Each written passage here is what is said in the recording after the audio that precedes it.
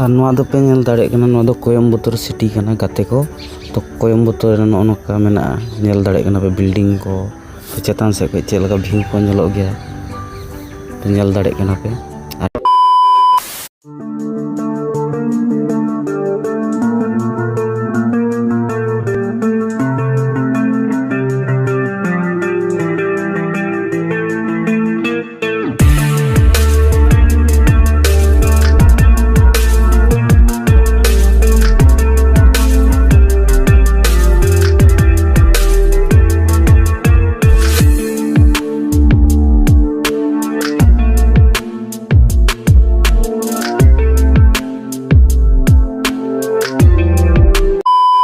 कोयम्बटूर मेटन खास मेना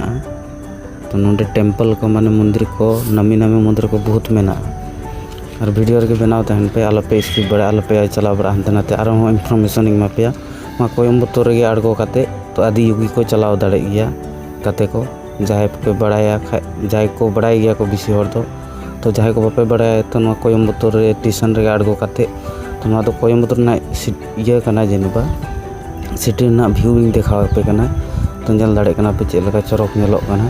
और इन नितों जहाँ रे मिनिंगा ओना रना हो ये अतिंग देखाव पे गाते को तो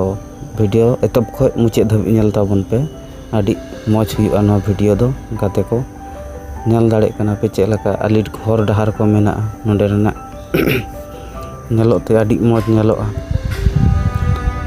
तो ना दो कोयम्बटूर सिटी रना वीडियो कना नेल दाड़े कना पे तो नोडेना ओड़ा को दुआर को नेल ताबन पे नोडे नवा तो तमिलनाडु स्टेट कना तमिलनाडु कना तमिल रे को रोडवा नोडे रन हर दो तो ना दो साउथ इंडिया को मेता अब बाहरे आबोरेन होते रन हर दो साउथ इंडिया को मेता ना तमिलनाडु ना स्टेट रे ना कोयम्बटूर जगह कना गाते को बड़ाई हर तो बड़ाई गया पे जहाँ को बाप बड़ाई खा तो ना वीडियो द्वारा इते के बड़ाई ताबन पे नेल का पे जगह को चेक लगा मेना आदि चेहरा जगह नेल दाड़े कना पे नोका मेना तारहो माड़ांग से नेल ताबन पे वीडियो को गाते को नोका बिल्डिंग को मेना कटी सिनेमेटिक शॉट चला कना तो वीडियो एंजॉय ताबन पे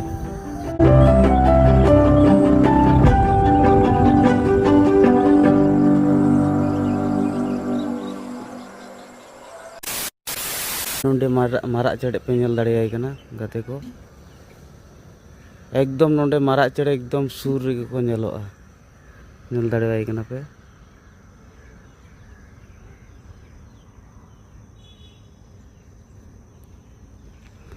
आयमा मेना को नोते मारा चढ़े को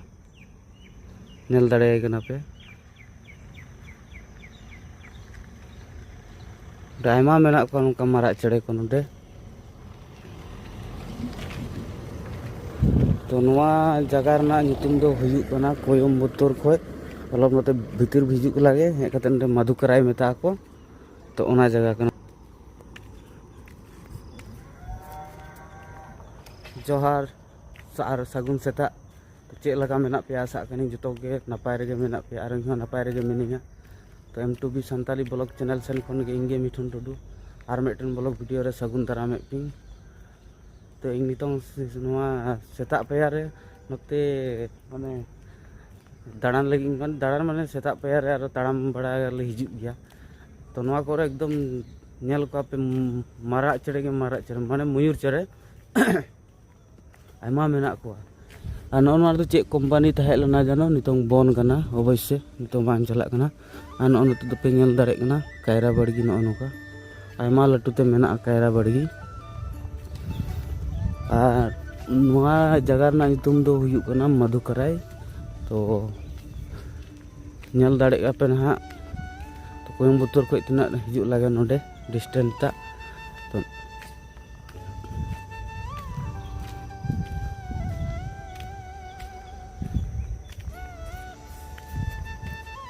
तो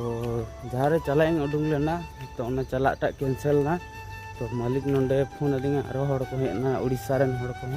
तो आयमा गान हड़ हे नोडे कमी लगाव कना बंद तहे लेना तो तायनम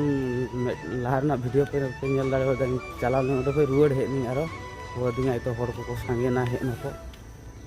तो नौका मेना नोते नेल दाड़े कना पे तो बड़गी के बड़गी कना नोआ को आयमा लटू लटू बड़गी मेना तो कान अवश्य नोते दो हुड़ू खेती को इना बनुआ तो बड़गी खेती को आयमा मेना नारकोल दाड़े को और कायरा दाड़े को नोका को रोहय का नोआ करे के मारा चरे गोटा को हिजू बड़ा नोआ आले सामान करे तेगे को नियो बड़ाया नेल दाड़े आपे नोआ दो आली कना हर कना नेल दाड़े कना पे नो नोडे के कंपनी ताले नोका तेगे चला लागे और हानते दो ना ये मार्केट को चला ओनते मेना और नोआ दो नुकुआ कना नोडे दा बाथरूम को नुका मेना नोडे नोटा दो गाड़ी को बनाव गया ओना कना गैरेज कना और नोटा दो खिड़की सिड़की को बनाव गया लोहा रेना ओना कना और नोटा दो आलिया नो करे कंटेनर को दोहो का उनका दाड़े कना पे नोडे आयमा लटू लटू सेता को तोल का कना आयमा घंटा घंटा सेता को मेना को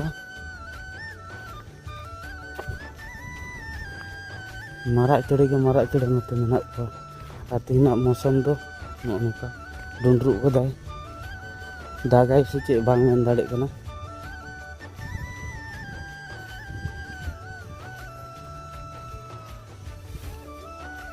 आना चितान से पे नेल दाड़े कना को कंपनी कना और नोते दो खेती मेना चाष कदा को बाम चाष नोते हम मारा चढ़े को ढेर मेना को नोते नोगा नेल दपे नोका कोते को हिजुआ नोका ते को चला मिद रकम को अतिंग बड़ा ना करे को तहना मारा चढ़े ढेर मेना को नोडे ना जगह रे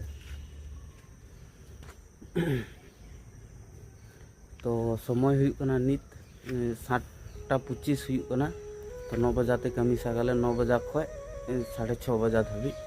ड्यूटी ताले तो बेरे बड़ा हुई ना दाका दा इन चंदा दाका दा इसिन होते आड़गो कदी तो मी हड़ उतु चंदाए आ तिना उतु हुई कान तालेया आलू सोयाबीन बेंगार ओना को बिलाती को मिक्स करते ले उतु निरामिष उतु होला बांग मांदे ले जम ले जिल दो मिद दिन छाड़ा बार दिन छाड़ा उनका जिल ले जमा बिली को ले जमा तो सब दिन तो कारम जमा से तो ठीक गया ना सेता रना वीडियो ताहे रना तो इने हांतिन चलावना तो मारा चढ़ी नेल को कितिया तो आपे समारिंग उदु केदा देखाव केदा तो जतो कोते गे नपाय रे तहन तबन पे आरो गाते को अडी रस्कर ना खबर अब ना चैनल रे तो 100टा हुई लगी मेना को सब्सक्राइबर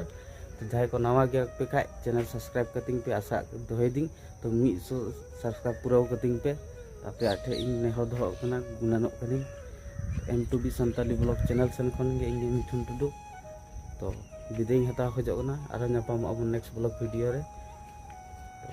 जय हिंद जय भारत।